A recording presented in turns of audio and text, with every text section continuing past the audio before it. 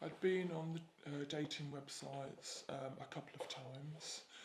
I had met a partner successfully, so my overall experience prior to this was a positive one. Initially, James liked me. I liked his profile, and I always, if anybody liked me and there was only ever a photograph and no profile, no introduction, what they like, etc., I never entertained it. I thought, well, if you haven't gone through the effort of putting certain details in there, you're probably not there for the right reasons. His profile seemed genuine, and similar interests, and I basically thought it was quite nice. Liked his photo, thought he was attractive. Romance fraud manifests itself in one of two ways. We've got our particular victim here, and she's been approached on a dating website where she has been attracted to a profile and engaged in a conversation with somebody she believes to be the person behind that profile. Over a period of months, they have talked.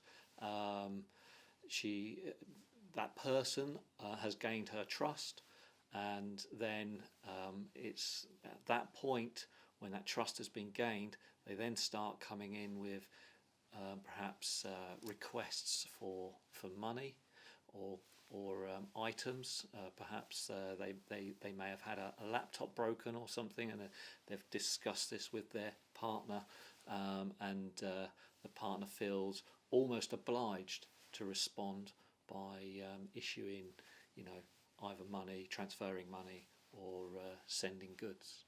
So we were getting to know each other. We would talk about his past, his parents, my family, experiences you'd had in life, where you'd travelled, where you want to travel. We could easily talk about anything. Again, that was another tick box. He always seemed very interested in what I was doing. Whilst you might get the odd chancer trying his luck, but generally and in the main, these are people that work within organised crime groups. Their role is to target vulnerable individuals, whether they are lonely or they've suffered a bereavement, and they target these people with a view to specifically taking money from them. We started talking in the January, and he went to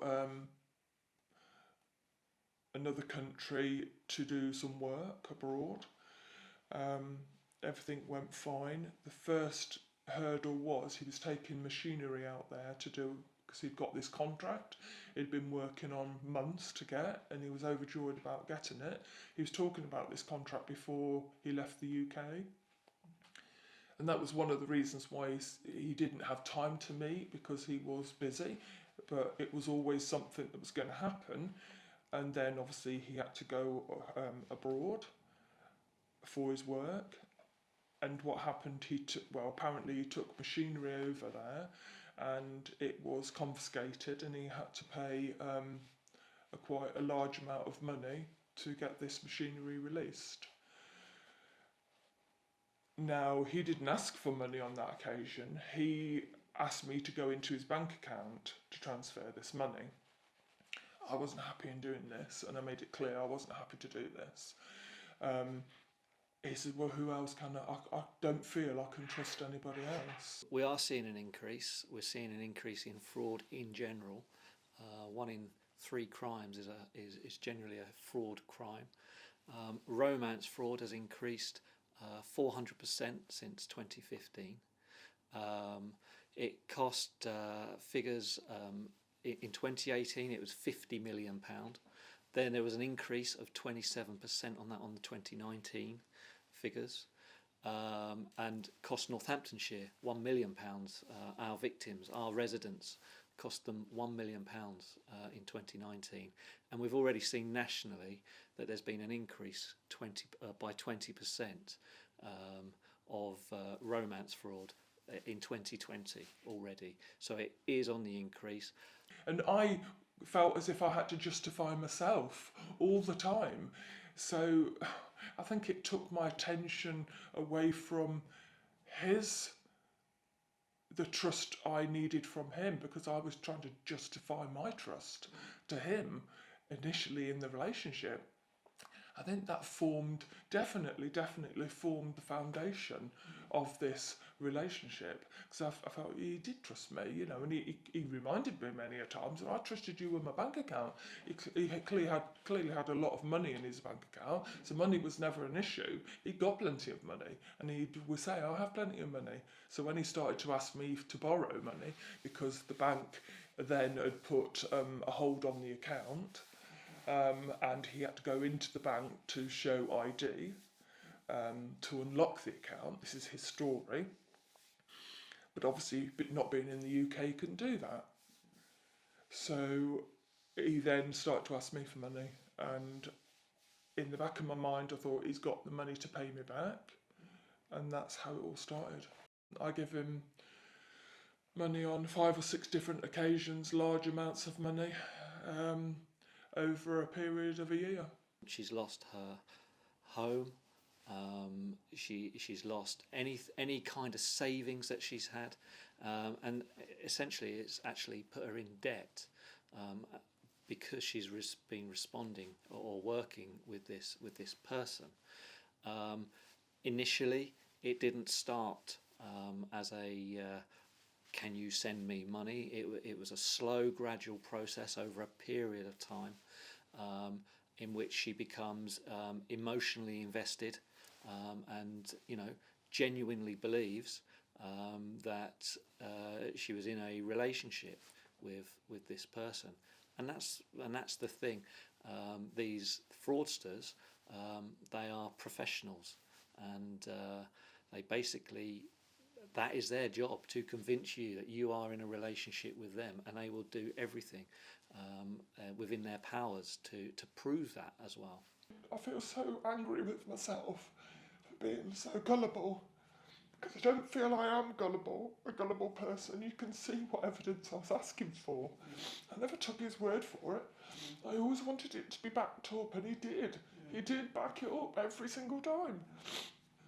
I was trying to walk away, but I got in so deep. I thought, I've just got to carry on, just that one bit more to get my money back. Yeah. And that's why I did what I did. That's why it wasn't just one payment, because the promise of the money coming back, and I saw the evidence there that the money was there, which I thought was evidence, obviously clearly wasn't. It is absolutely a devastating crime. It destroys individuals. That person, our victim, our lady, she by her own admissions felt suicidal after that incident. Well, my advice basically would, the one thing is, if they ever ask for money, doesn't matter how much it is, say no. Although at times you felt, I know in the situation, I'm saying this now because of what's happened to me, it's hard to say no. It's hard when you think you're in a relationship where you think you've got a future, which I hoped I had. I was never 100% sure, but I truly hoped I would have a relationship with this person. He was obviously telling me exactly what I wanted to hear, which wasn't difficult. After a period of 18 months, he got to know me, or thought he did. I would definitely say no. Find strength to say no, because if you don't, and you carry on paying it, you have to find strength at the end of this to move forward, to get on with life, and that is a lot harder. It's way harder than to say no. I'd got in so deep, I couldn't hurt anybody. And you're totally alone, and this is the terrifying thing, is they've got such control over you, and they're hundreds of miles, thousands of miles away, yet you feel they're controlling you. If you're too fearful of telling the police, you can report it online to Action Fraud. and that's another way of reporting these things, or speak to a trusted friend. There are other agencies out there, such as a Citizen Advice Bureau, the Silver Line as well. The Silver Line, they can all give advice about these types of things.